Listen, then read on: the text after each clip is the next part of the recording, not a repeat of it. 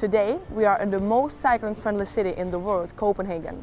I was quite curious how come they got this title, so I asked few people about it. Let's meet our first guest, Klaus Bondam, who is the CEO of the Danish Cycling Federation here in Copenhagen. I would like to know more about all those projects and everything around cycling in the city. One of the things that Copenhagen has done, Odense, Aarhus, Aalborg and a few other Danish cities have over the last 30, 40, 50 years have invested heavily in bicycle infrastructure. Copenhagen still invests in the bicycle infrastructure. Between 2009 and 2014, the City Hall made a Danish cycling fund of 134 million euros. This fund invested in all kinds of the things, for example roads, bridges or parking systems. In 2016, they made a new fund for upcoming years. So the state made this big fund, and that was very good because it actually gave a deduction for 40% for the municipalities. So if they build a new bicycle track or a bicycle bridge or a new bicycle parking, they actually got 40% back from the state. So what we basically did is that we took the very clear political decision, say we want to make it better for people on bicycles, more efficient, more comfortable.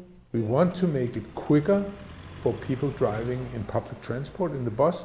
That of course led to that it's more difficult being a car driver. One solution to make biking easier and faster for cyclists is the green wave system. The traffic lights are coordinated, so if you bike 20 kilometers per hour, you can catch all the green lights without stopping. Even if the city of Copenhagen is trying to do their best with all these projects, there are still a few things to improve. For example, the parking spots. We are really terrible in bicycle parking. If you go around some of the train stations or the big shopping streets or whatever, I think we have a chaos there. With some of the supercycle highways, I also think we lack a lot. What is very important for a cyclist is that when you cycle, that you can actually continue straight. I mean, that you don't have to stop all the time because you have to restart yourself with your own energy. But I really prefer cycling because I think it actually opens my mind. I get fresh air, I get exercise, so much eye contact with people. There are small dialogues that are friends that you're meeting and you're cycling a little bit together, talking with them. And I really enjoyed it. Yeah, I think it's nice. What I'm actually most proud of is the response that we make to the rest of the world. We find that there's an enormous international interest in what we do, and it kind of the same go for the Dutch.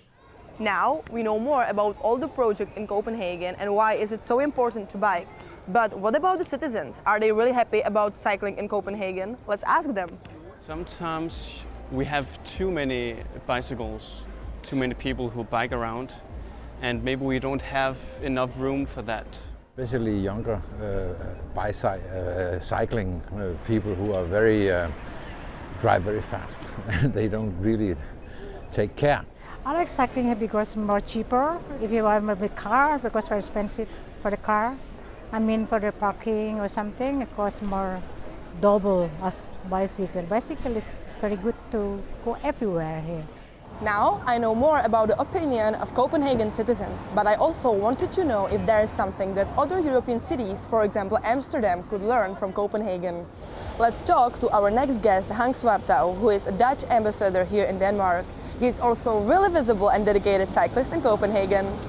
Hank Zwartouw is living here for almost 7 years, so he can tell us more about the differences between Copenhagen and Amsterdam. In Denemarken is het gedisciplineerder. Meestal houdt men zich aan de regels, stopt voor rood, steekt armen uit, heeft verlichting, signaleert. En in Nederland gaat het allemaal wat zal ik zeggen, wat rommeliger, maar ook wat vrijmoediger. Het gekke is namelijk dat je in Denemarken meer conflicten hebt tussen automobilisten en fietsers dan in Nederland. Want wat doen we in Nederland in een verkeerssituatie? Je zoekt even oogcontact. Je kijkt elkaar even aan. Ga jij naar links, ga ik naar rechts. Terwijl in Denemarken denken ze, iedereen moet zich aan de regels houden. En in zijn eigen vakje blijven. En als er dan iets gebeurt, in Nederland lossen we dat dan samen op. En hier houden ze zich meer vast aan de regels. Waar wij in Nederland veel beter in zijn, noodgedwongen, is fiets parkeren. Fietsenstallingen, fietsenopslag. Daar verzinnen we allemaal oplossingen voor. In Denemarken is het waarschijnlijk minder nodig, omdat er gewoon meer plaats is op straat. Het is allemaal wat breder opgezet, het is minder krap. In Denemarken, je hebt nauwelijks fietsenstallingen. Maar het grappige is natuurlijk, en dat heeft te maken met gedrag, dat het toch geen zootje is op straat hier. Maar wat de voorzitter van de Deense Fietsersbond altijd zegt, die zegt ja, Kopenhagen is de beste fietsstad van de wereld, maar Nederland is het beste fietsland van de wereld. So now we know more about the differences between Copenhagen and Amsterdam. Let's take a look to some interesting facts before we go to our next guest.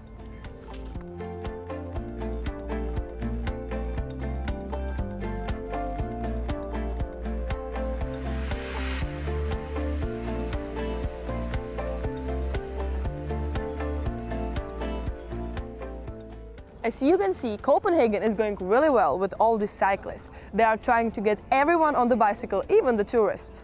The project Bicyklen helps people to rent an e-bike here in Copenhagen. That's why I'm going to ask Ivan Keller about more information about the system. The primary reason for starting this program is because there's a lot of congestion in the capital area of Copenhagen or of Denmark, and we need to reduce congestion. Also, we need to lower carbon emission.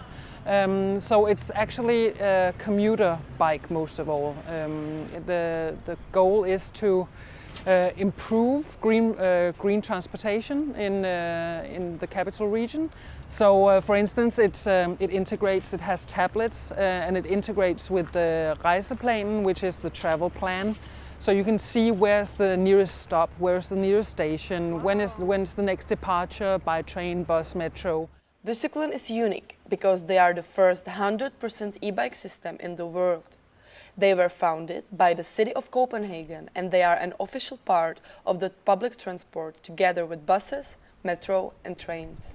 The plans for the future is expansion. I mean, we want to expand, we want to have more docking stations, we want to have more bikes. Now we know a lot more about this bicycle-friendly city. I have to say I really enjoy cycling around Copenhagen and I think a lot of citizens would agree with me.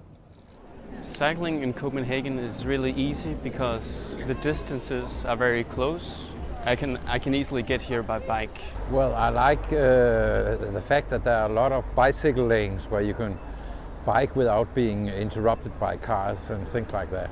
You can get easily from A to B. You don't have to think about parking spots. It's very comfortable to bike here, very calm. It's very, very nice. I really like biking around Copenhagen and I really appreciate the fact that they are trying to do the best for the citizens.